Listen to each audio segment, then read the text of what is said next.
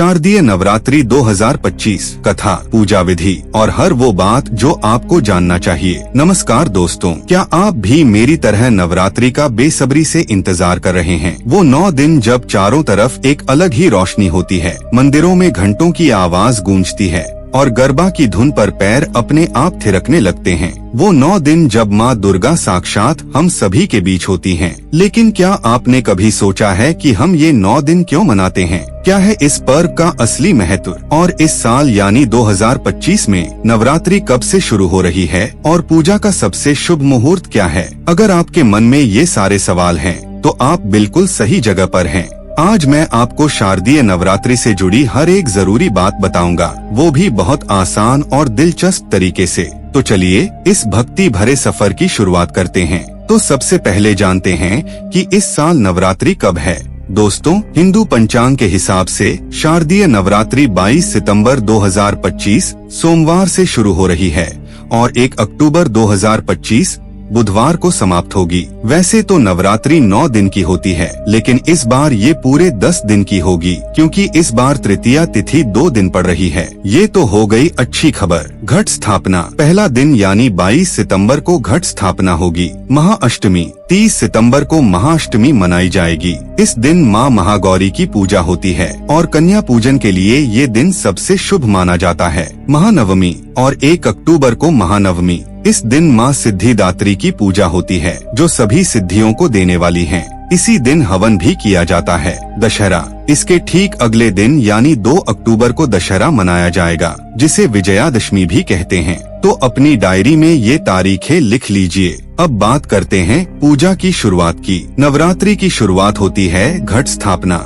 यानी कलश स्थापना से। ये कोई छोटी मोटी रस्म नहीं, बल्कि पूरे 9 दिनों की पूजा का आधार है। इसलिए इसे सही मुहूर्त में करना बहुत जरूरी है। 2025 का घट स्थापना मुहूर्त ब्रह्मा मुहूर्त सुबह सुबह के 4:35 से सुबह के 5:22 तक। अभिजीत मुहूर्त दिन में सुबह के 11:49 से दोपहर के 12:38 तक। ये दोनों मुहूर्त बहुत शुभ माने जाते हैं। आप अपनी सुविधा के हिसाब से कोई भी एक समय चुन सकते हैं। घट स्थापना के लिए आपको क्या क्या चाहिए? एक मिट्टी का घड़ा, मिट्टी, जौ, गंगाजल, पंचामृत, दूध, दही, घी, शहद, चीनी का मिश्रण, सुपारी, सिक्का, आम के पत्ते, एक नारियल, लाल रंग की चुनरी और कुछ अक्षत, बिना टूटे हुए चावल। घट स्थापना के समय कलश में पानी और जौ डालकर पूजा करते हैं। पता है क्यों? क्योंकि ये कलश सिर्फ एक घड़ा नहीं, बल्कि पूरे ब्रह्मांड का प्रतीक है। इसके मुख में भगवान विष्णु, गले में रुद्र और मूल में ब्रह्मा का वास माना गया है। इसकी पूजा करने से घर में सकारात्मक ऊर्जा का संचार होता है और सभी नकारात्मक शक्तियाँ दूर होती हैं। जौ बोने से घर में धन धान्य और समृद्धि आती है। चलिए अब जानते हैं कि इन 9 दिनों में पूजा कैसे करनी है। इसे मैंने आपके लिए बहुत आसान बना दिया है।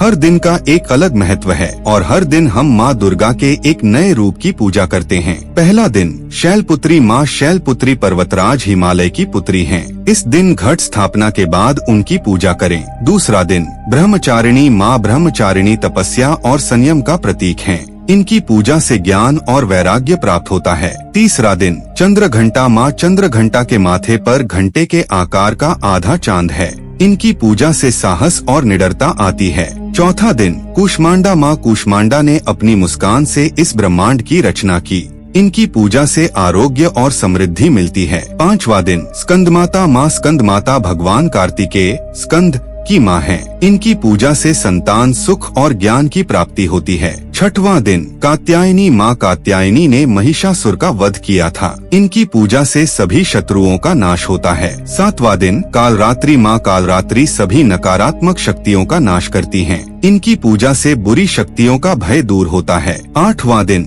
महागौरी माँ महागौरी शांति और पवित्रता का प्रतीक हैं। इनकी पूजा से सभी पाप नष्ट हो जाते हैं। 9वां दिन सिद्धिदात्री माँ सिद्धिदात्री सभी सिद्धियों को देने वाली हैं। इनकी पूजा से भक्तों की सभी मनोकामनाएं पूरी होती हैं। रोज सुबह स्नान करके देवी को नए वस्त्र, फूल और फल अर्पित करें। इन 9 दिनों में दुर्गा सप्तशती का पाठ करना बहुत शुभ माना जाता है। इस पाठ में देवी की महिमा का वर्णन है, जो मन को शांति और शक्ति देता है। दोस्तों, नवरात्रि सिर्फ पूजा पाठ का त्योहार नहीं है। इसका धार्मिक और वैज्ञानिक दोनों तरह का गहरा महत्व है। धार्मिक कथा। आपने महिषासुर और माँ दुर्गा की कथा तो सुनी ही होगी। महिषासुर एक बहुत शक्तिशाली राक्षस था जिसने देवताओं को भी हरा दिया था। तब सभी देवताओं ने अपनी शक्तियों को मिलाकर माँ दुर्गा को जन्म दिया। माँ दुर्गा ने 9 दिनों तक महिषासुर से युद्ध किया और 10वें दिन उसका वध कर दिया। नवरात्रि इसी बात का प्रतीक है कि बुराई कितनी भी ताकतवर हो, जीत हमेशा अच्छाई की ही होती है।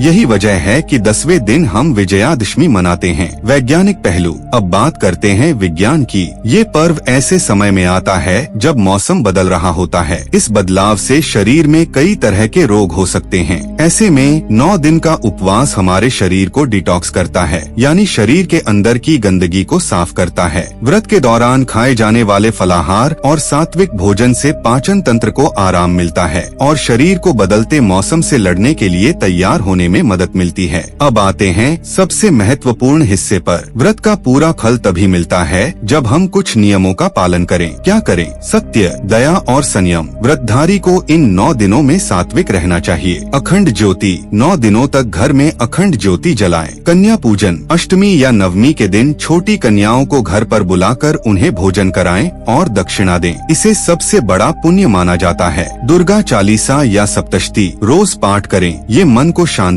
और शक्ति देता है। सात्विक भोजन। सिर्फ फलाहार ही लें। क्या न करें? लहसुन और प्याज, इनका सेवन बिल्कुल न करें। इन्हें तामसिक भोजन माना जाता है। शराब और मांसाहार, इनसे दूर रहें। बाल और नाखून। इन 9 दिनों में बाल और नाखून न काटें। चमड़े का सामान। चमड़े से बनी वस्तुओं जैसे बेल्ट, चप्पल या पर्स का इस्तेमाल न करें। सबसे जरूरी, किसी भी महिला का अपमान न करें। उन्हें देवी का रूप माने और उनका सम्मान करें। तो दोस्तों, इस नवरात्रि आप भी पूरे मन से माँ की भक्ति में लीन हो जाइए। चाहे आप गरबा खेलें, डांडिया रास करें या बस घर पर रहकर पूजा करें, सबसे जरूरी है माता रानी के प्रति आपकी सच्ची श्रद्धा। हमें उम्मीद है कि यह वीडियो आपके लिए बहुत मददगार साबित होगा। अगर आपके मन में कोई और सवाल है तो आप कमेंट बॉक्स में जरूर पूछें। मैं आप सभी को शारदीय नवरात्रि की बहुत बहुत शुभकामनाएं देता हूँ। जय माता दी।